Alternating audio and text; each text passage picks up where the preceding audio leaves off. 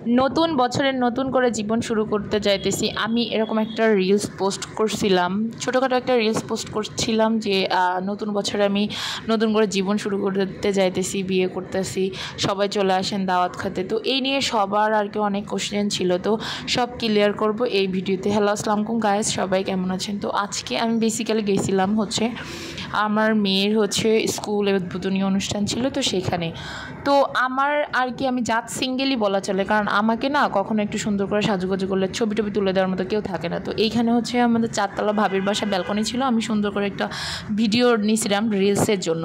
তো যাই হোক এইখানে আমরা স্কুলে ফার্স্ট অফ অল অনুষ্ঠানে যেটা হলো সেটা হলো দোয়া মাহফিল হলো, তারপর কোরআন তিলাওয়াত হলো, গীতা হলো, তারপর ওদের খ্রিস্টান একটা ম্যাম ছিল, সেও তার ধর্ম থেকে কিছু দিল, তারপর জাতীয় সঙ্গীত হলো, তারপর সবার গার্ডিয়ান কিংবা যারা গেস্ট ছিল তাদেরকে বলার জন্য কিছু বলা হলো। তো এই করে আর কি যাইতেছিল। তো এইটা আপনার স্কুলের এই জিনিসটা আমার খুব ভালো লাগছিলো, মানে সাজানোটা এত সুন্দর ছিল। আর ওদের স্কুলের একটা ম্যাম, মানে এই আইডিয়াটা পুরোটাই ওনারই আসছে, কারণ উনি খ্রিস্টান ম্যামটা। আর মানে ওনার বেসিক্যালি এই ধারণাটা থাকবে একটা রুম এত করে সুন্দর করে ডেকোরেট করতে হয়, এটা খুব স্বাভাবিক। কারণ আমি ওনার কাছে কোশ্চেন করছিলাম, আপনার মাথা থেকে এত সুন্দর একটা মানে আইডিয়া কীভাবে বের হলো যে এত সুন্দর করে সাজানো? উনি বলল ওনাদের জন্মদিন পার্টি, তারপর চার্চ সাজানো হয় বিভিন্ন ধরনের ওয়েডিং সিজনে, তো ওইখান থেকেই আর কি আসছে। তো এখানে কিডজন ছিল, ও একটু খেলাধুলা করতেছিল, আর উপরে 2 তলাটাও সুন্দর করে সাজাইছিল, ওইটা তো ভিডিওটা দেখাইলাম আমি। তো এইটা আর আমরা এই দিন এটা ছিল মানে অনুষ্ঠানের আগের দিন আমরা বেসিক্যালি গেছিলাম ওইখানে।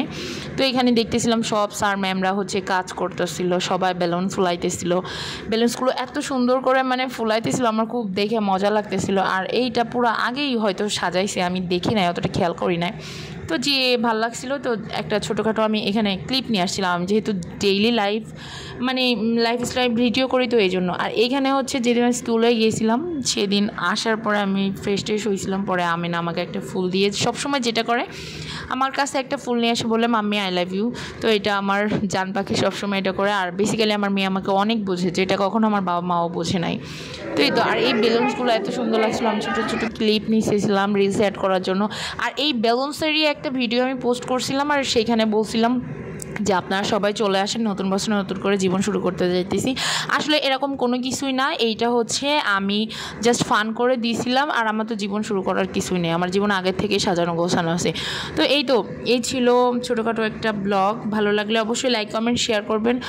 আর এনিওয়েজ আরেকটা কথা, আমি কয়েকদিন খুবই ব্যস্ততার জন্য ভিডিও পোস্ট করতে পারছিলাম না, তার জন্য আন্তরিকভাবে দুঃখিত। তার জন্য আপনারা কেউ আমাকে ভুলে যেন না।